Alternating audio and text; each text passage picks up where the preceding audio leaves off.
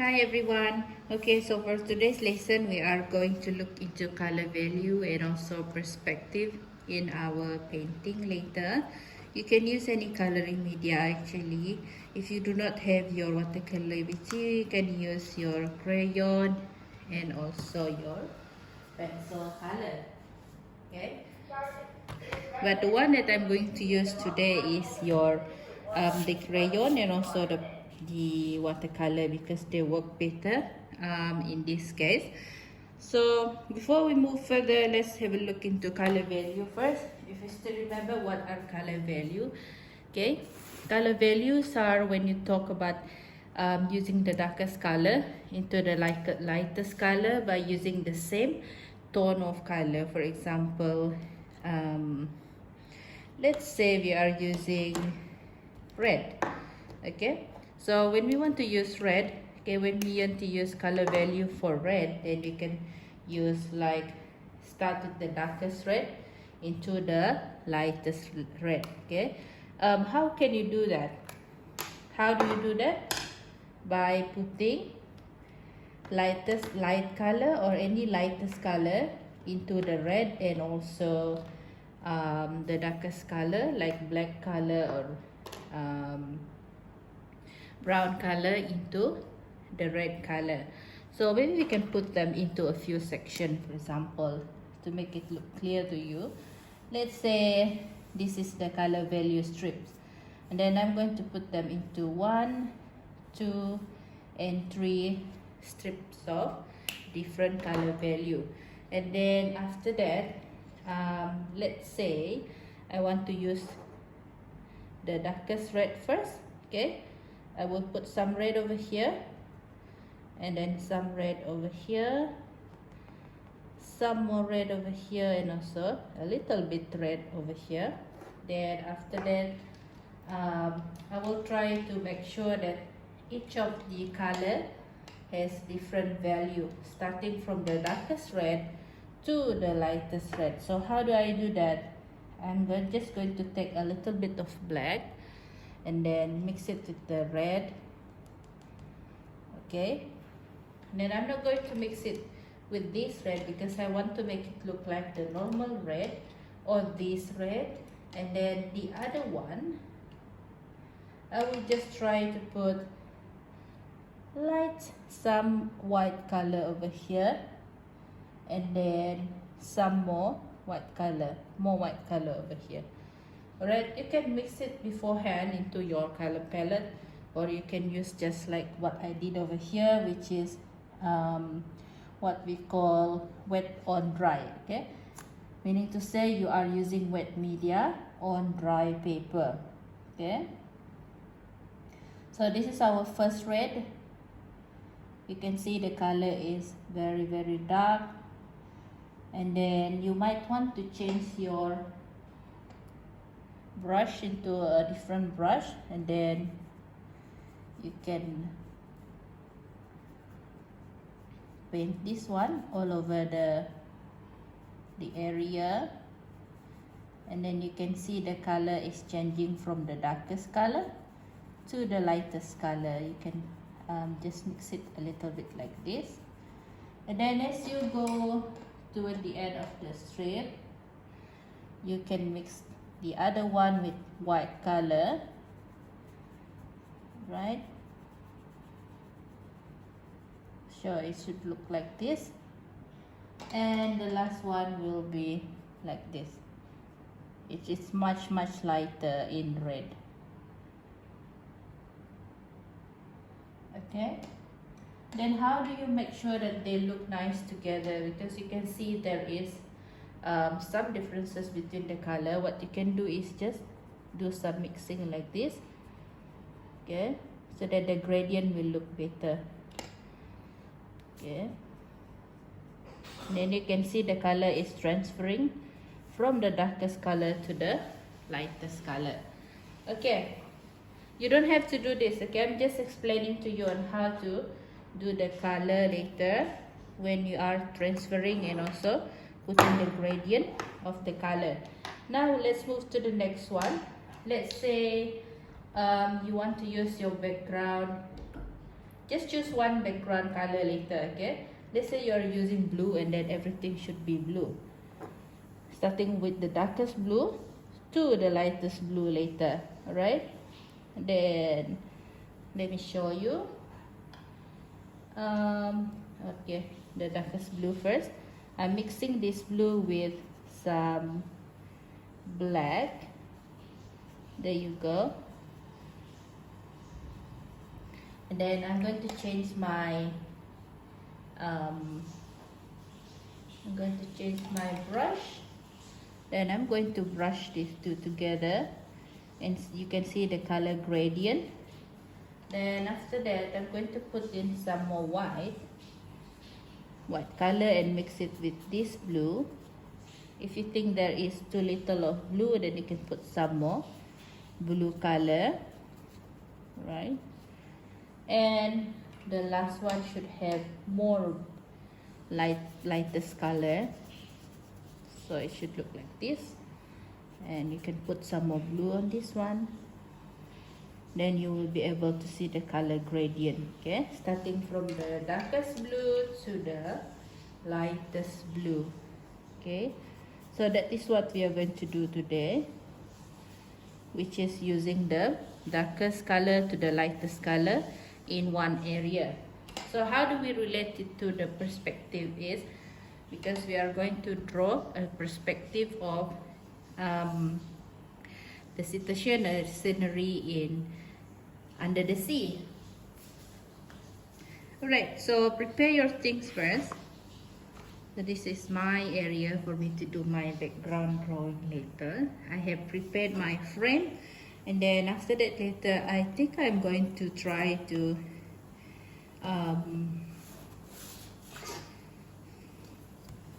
draw the outline again by using blue color, so that my watercolor will not go out from the outline later. Oh no, now it looks a little bit dirty. Okay, you need to press a little bit hard.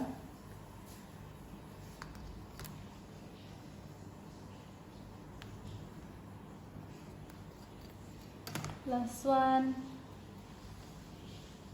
Okay, now your next step is to choose your background. Okay, what color are you going to use? If you choose the background of under the sea to be blue, then you should be using the darkest blue to the lightest blue later. And if you think that you want to use different color like orange, green, yellow, that should be up to you. Okay, you can use any color. Actually, it does not have to be blue just because we are talking about under the sea. Okay, you can use any color you want. Alright, so for me, I think I'm going to use blue.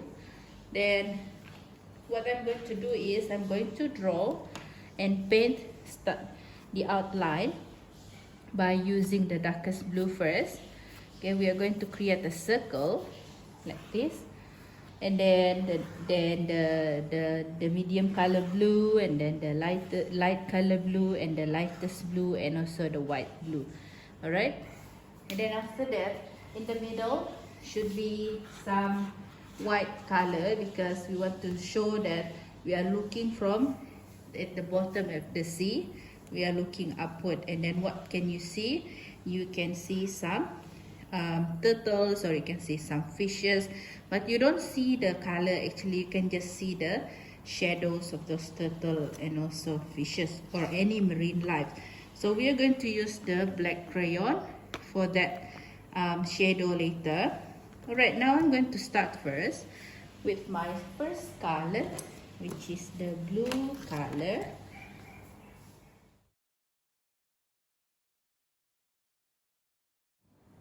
Okay, so we'll start with the darkest color first by making a circle. You can try to use a pencil first if you are not really sure how you want it to look like. Try to use a pencil to do the outline. So it should look like this later. Let's say this is your frame. Okay, and the colors can be like this. Okay, you can draw some outline by using your pencil. Right, so this should be the darkest blue, darkest blue, and then there should be blue, medium blue, light blue, and then maybe here is lightest blue, and this will be white. Okay, and then after that you can just transition the color nicely into each other to make a nice gradation. And once you are done, and once everything is dried, then you can try to draw some shadow of turtles flying, or sharks, okay, or any types of fishes. All right, okay, let's start.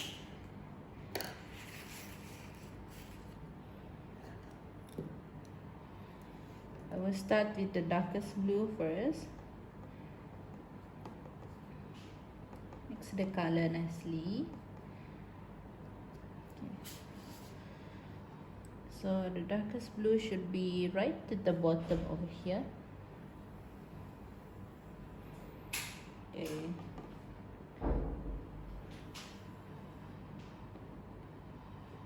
Try to make it, you don't have to make it too round. Just imagine that this is how you look from from the bottom of the sea, and then paint all over nicely. If you want to put some bubble effect, then you can do that as well. You can do it by using your crayon, or you can just use your watercolor to do it, right? So that's the first one, the first layer of the darkest blue. Okay, next one. Okay, remember, for big area, try to use big size brushes. Next one is the medium color blue. We will try to see if we can transition this color into a nice gradient. Okay, so how far should you go? Then maybe you can try to do the outline first, so that you know where to stop later.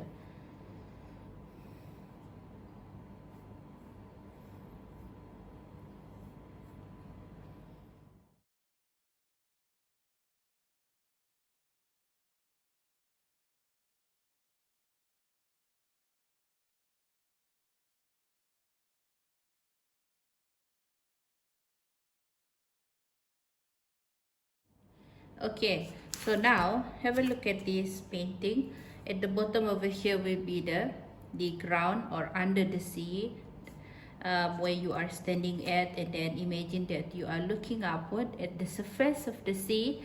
Okay, then you can see the color of the sea water is changing from the darkest color to the light medium color to the light color to the lightest color, until you reach the surface where you have enough sunlight, so that surface to be white like this. Okay, or you can put the lightest blue also on the top over here.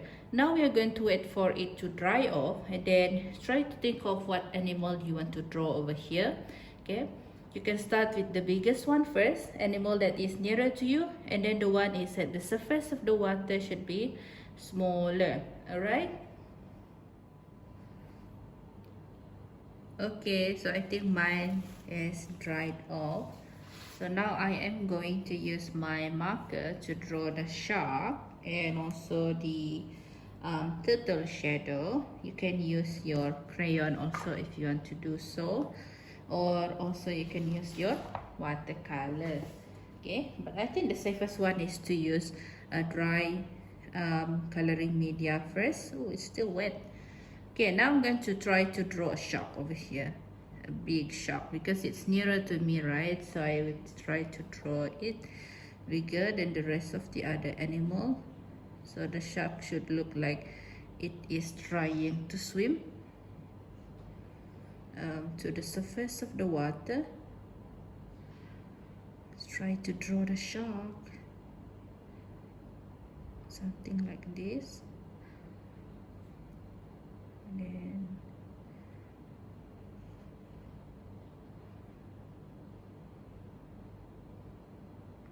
okay, now I'm going to draw some small turtle over here, right? We're going to try to put just the shadow, okay? You don't have to paint the color later, just the shadow, because you can't really see any colors because you are looking upward, and there is the color from the surface is too bright, the light is too bright that you won't be able to see the color of the animals. You can just see the shadow but not the color of the animal. So you can draw any marine animals over here, fishes, turtles, jellyfish, whatever you want. Okay.